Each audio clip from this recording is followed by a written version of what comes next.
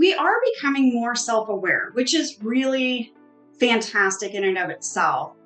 You know, to understand others, we should start with ourselves. So self-awareness is probably the biggest one.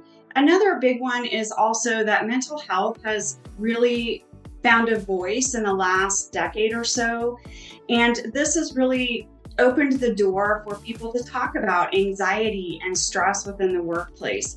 So I find it to be sort of refreshing because, rather than people suffering in silence, we have been able to voice how we're feeling. And this in turn has prompted a lot more research on toxic leadership, abusive leadership, and ineffective leadership. So I'd say that it's a combination. We too, during the pandemic, sort of self-reflected, many individuals did. Is this what I want to do? There's always been stress in work, right? It's not new, but I think now that we live in a world where it's 24/7 and it's across geographical boundaries, we really have a hard time separating work from our private lives.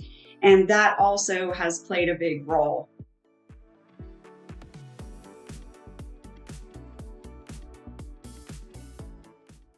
Several of my speaking opportunities are surrounding occupational stress. It is a global epidemic. It is something that we are seeing more and more of, especially after the pandemic. We're trying to come back to some type of normalcy. So what does normal look like? And we're scrambling to try to understand that, especially so with the remote working or hybrid working conditions that many individuals went through. But I try always to bring civic engagement and real world issues into my classroom.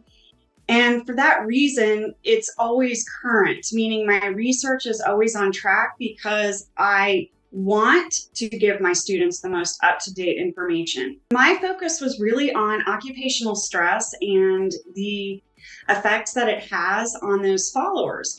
The leadership followership relationship is sort of like a reciprocal dance. We both play the role of leader and follower. And so I think it was a perspective that longed to be explored from the perspective of the follower. Oftentimes the leaders don't view themselves as ineffective. And so I wanted to flip the research on its back and look at it from the perspective of the followers. So in doing so, I was able to identify how the occupational stress was affecting the followers. And that in and of itself was research that I couldn't have replicated or may not have been privy to if I simply researched the leaders themselves.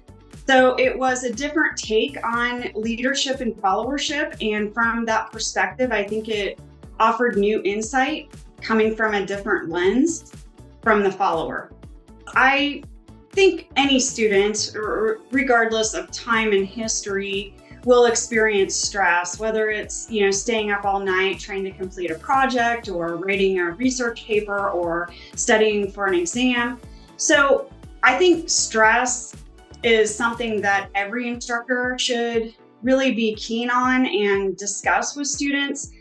I do offer strategies that can help support, our counseling center resources at the university are really easy ways of sort of posting in our announcements or giving students a paper with those resources available, even tutoring, right? So, but then one step further, what can we do in our own lives to help with some of that stress? So things like exercise, nutrition, sleeping.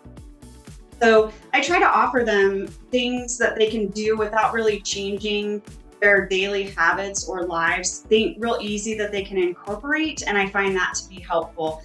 So I think being human and being transparent is really welcomed from the students. They want to know that we are human. We also go through issues and have stressors in our lives. So I feel honored in that a lot of my students feel they can come to me with problems or issues, and if I can't help them, I will try to find resources that can.